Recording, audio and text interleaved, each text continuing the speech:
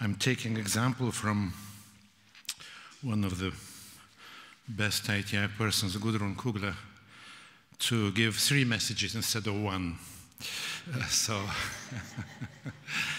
And really, that was in my text. Actually, there is a threefold hardness of heart involved in contraceptive practices: to the spouse, to the potential child, and to God.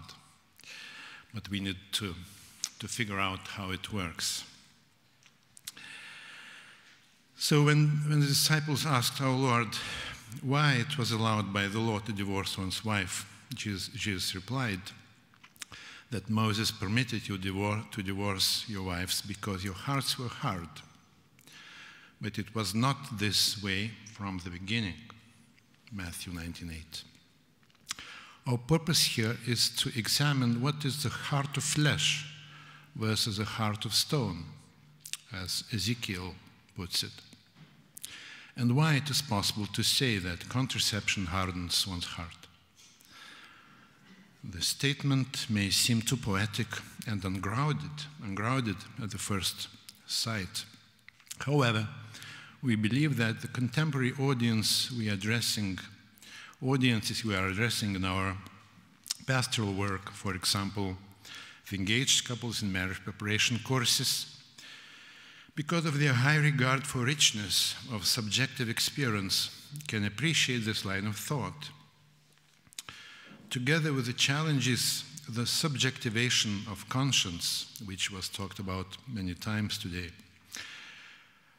and challenges of subjectivation of conscience and moral life bring to our epoch. Because of those challenges, it is worthy to maintain the attitude of providential meaning of the signs of these signs of time.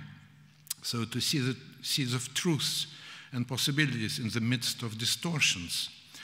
This was also reminded to us by Romano Guardini, whom Dr. Wallstein mentioned yesterday. St. Paul VI wrote in Humanae Vitae 12 that he believes, quote, that our contemporaries are particularly capable of seeing that this teaching is in harmony with human reason. He had in mind the inseparability between the two meanings of conjugal act. In a similar way, I do believe that the growing psychological literacy in our culture at large creates a certain interior readiness to be open to the reflection on, so to say, the intrapsychic effects of contraception. Let us first turn to the biblical concept of hardness of heart. Throughout the Old Testament, this term describes situations in which the foreign rulers of the chosen nation were closed to its requests. Thus, the book of Exodus describes how the Pharaoh many times hardened his heart when he rejected the plea of the Jews to leave Egypt. And the second chapter of Deuteronomy speaks about the king of Heshbon, whose heart was made obstinate in order not to permit the Israelites to pass through his land. In being close to the Israelites' needs, the authorities in charge were also rejecting God's command to be open to those requests. Thus, the hardening of heart had both the horizontal and the vertical dimensions. Also, the Jews themselves are asked by God not to be hard-hearted to the needs of neighbor in Deuteronomy 15. If there is among you anyone in need, a member of your community in any of your towns, within the land that the Lord has given to you, do not be hard-hearted or tight-fisted toward your needy neighbor. Eventually, in the context of promising Israel's restoration after punishment, the Lord says in Ezekiel 11:19, I will give them one heart and put a new spirit within them.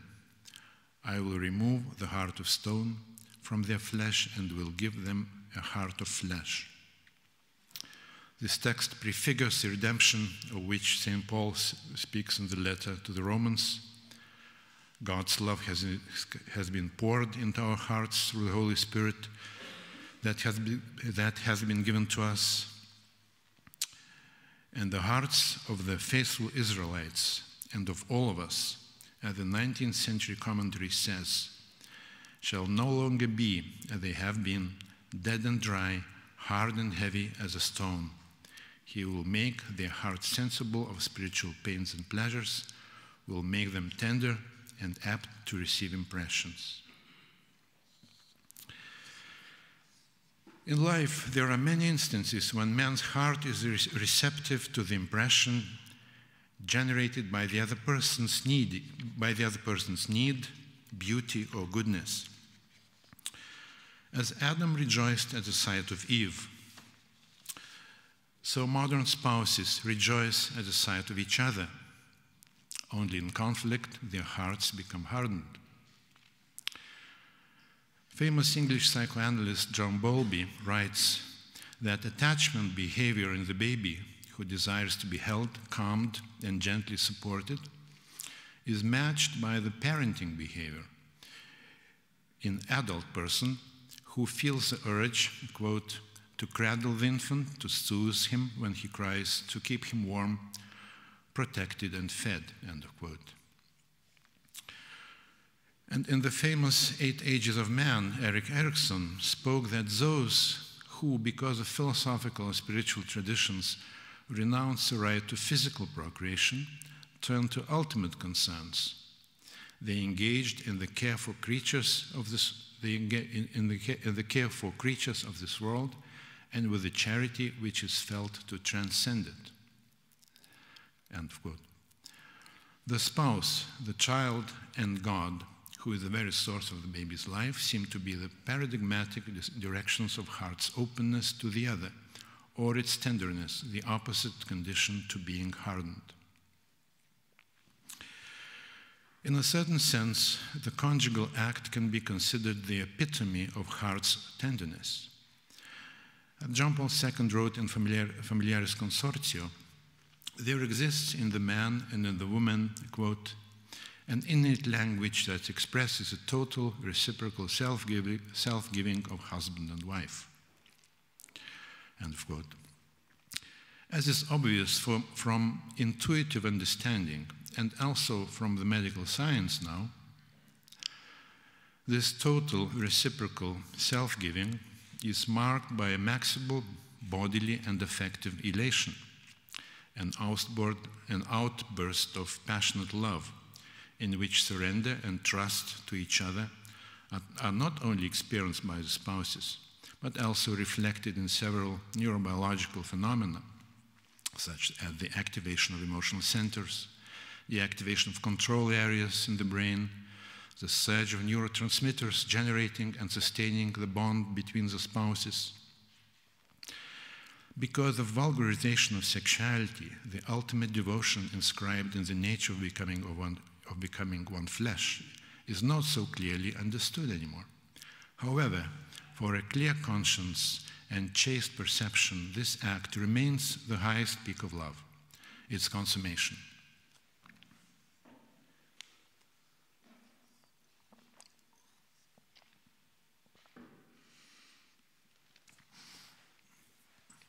While the grasp of the beautiful dimension of becoming one flesh is not lost altogether in our culture, the simplest and, at the same time, the most fundamental aspect of this act is, paradoxically, completely forgotten.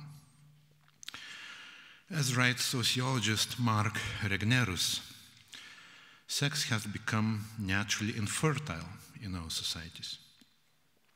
In quotes, naturally infertile. From the bodily and medical point of view, this expression is a contradiction in terms. Besides other reasons, a certain linguistic amnesia seems to be responsible for it. The Western culture so successfully appropriated the word sexual that it went along with the weak etymology of the word, while forgetting the whatness of that which it is trying to describe. St. Thomas calls this power generative in the classical personality model. In Greek, as well as in some other languages close to the ancient origin of Indo-European language group, it is still possible to use the word containing the hint of what this power essentially is. So a synonym for sexuality in Greek, one could call sexuality genetikos, in Lithuanian gimtis, in Gaelic gnesach. So GN, GM, connected to generation. The difference between a man and a woman, the different shape of the body, tone of voice, contrasting ways of perceiving reality based on the neurobiological processes in the brain specific to the man and the woman, and also the organs of generation themselves, all these differences are epiphenomena, the side effects, to put it bluntly, of the activity of nothing else but fertility hormones. These hormones start to shape the boy's masculinity and the girl's femininity already in the mother's womb. And a host of modern research shows that it is the effect of testosterone that makes the man attractive to the woman, and it is estrogen which is primarily responsible for the beauty, or the sex appeal, in quotes, as this beauty is called in our days, unfortunately, of the woman. But the primary task of the first effect of testosterone is production of sperm in the man, as well as the main product of estrogen is maturation of the egg in the woman's ovaries. The passionate tenderness of two lovers to each other, the melting of hearts, the surrender and the trust is, in reality, inseparably connected to the beginning of the new human life. These two lovers themselves came into being in the moment of such maximal tenderness of their father and mother to each other, in spite of the fact that their own sexual act, in quotes, can seem for them now, in quotes, naturally infertile. It is because his body produces sperm and her body the egg that they are attracted to each other. In case of the man, without the activity of testosterone, he would not even be able to engage in this act. When we speak about biology and anatomical terms and biological terms I'm using, I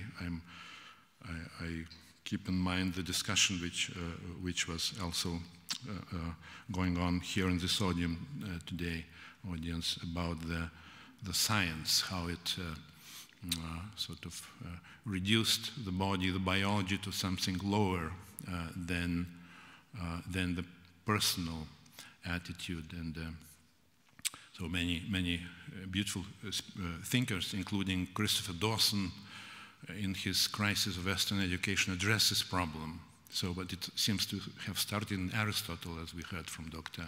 Waldstein. The beauty is lost. So the mystery of life you are dealing here, the egg and sperm, doesn't seem so poetic, but if you think what it deals with, well, it's much more than this pure biology and unfortunate biology. Or how would you say it? These facts speak eloquently that the language of the body argument against contraception in the writings of John Paul II are not merely poetic betrayal of sexual intimacy. The tender language of the body is fully confirmed by hard science.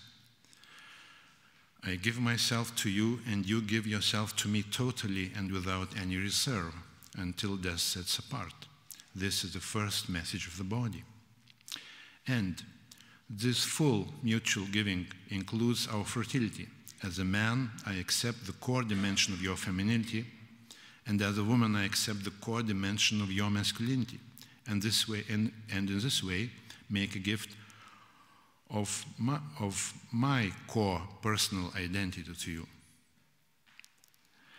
Also, in what is unexpected for a branch of psychology which provided the impulse for the destruction of sexual morality in the West, Erik Erikson wrote that, quote, "It has taken psychoanalysis some time to realize that the ability to lose oneself in the meeting of bodies and minds leads to a gradual expansion of the ego interests and to a libidinal investment to that which is being generated.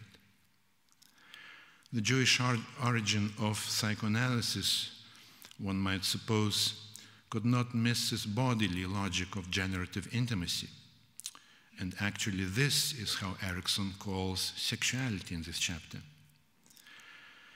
Namely, that the ego interests, or the hearts of the man and the woman, open up to life. This is how libidinal investment is translated from psychoanalytical. They open up to love for the baby, which can be possibly begun in the moment of this union. And this happens objectively. It is independently of their intentions. Let us now examine the effect contraception has on one's psyche or one's heart.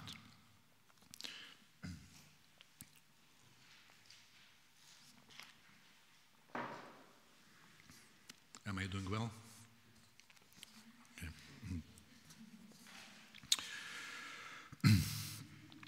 In the passage from the Familiaris Consortio 32 mentioned above, John Paul II said, the quote, that the innate language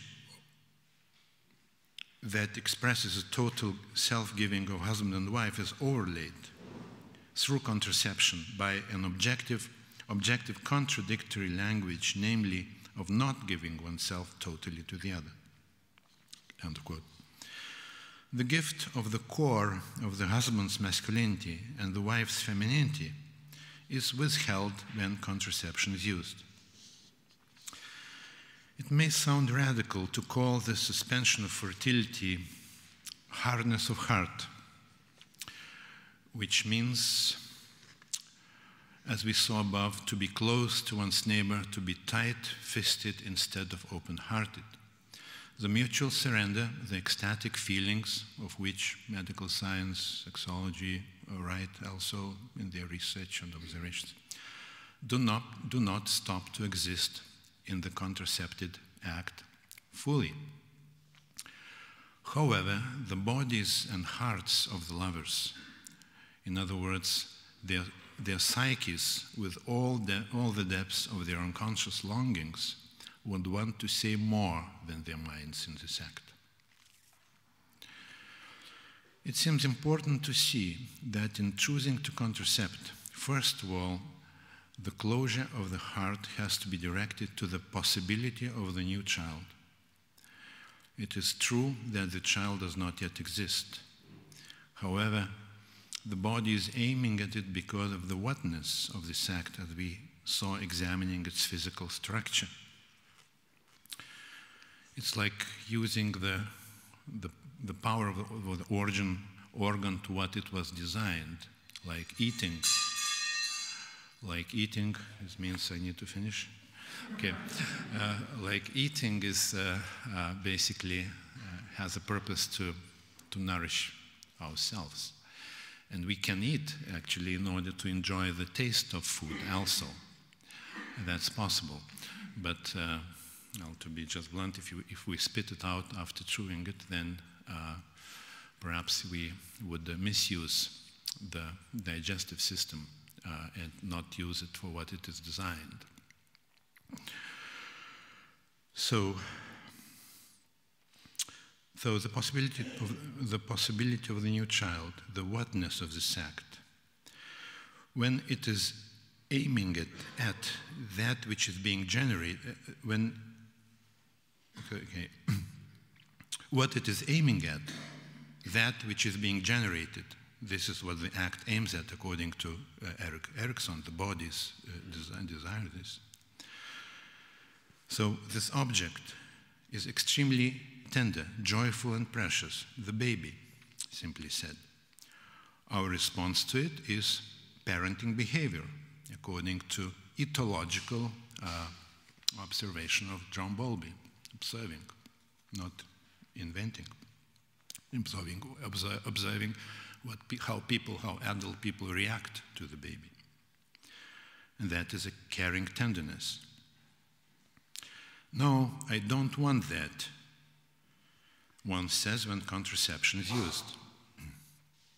In the context of overwhelming feelings, this rejection of fertility may seem subjectively unimportant.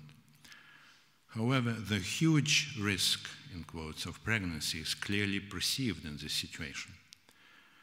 If there is a firm decision not to conceive, the closure to the possible child, the hardness of heart is firm. It is obvious that such a decision is inseparably united with a lack of trust or love to the partner, whom one does not want to take in as a whole person, to receive his or her core masculine or feminine self. In this way, the unitive aspect of the conjugal act is made weaker by rejecting its procreative dimension, the central side of John Paul II's argument about the lack of totality of the gift in the contraceptive act. In this way, the second aspect of the hardness of heart is becoming evident, a no to the partner. I'm saying partner and putting it in quotes here instead of a spouse, in order to indicate the simple connection between contraception and promiscuity as premarital sex is so widespread in our societies. Again, we see how the words are shaping culture. The general lowering of morality, that's a quote, as effect of contraception was predicted by the author of Humanae Vitae, as well as by the Pope Pius XII in Pius XI in Casti Connubii, and even by Gandhi in the 1930s. Before the era of the pill, writes Mark Regerus, quote, sex implied commitment because it risked pregnancy, end quote.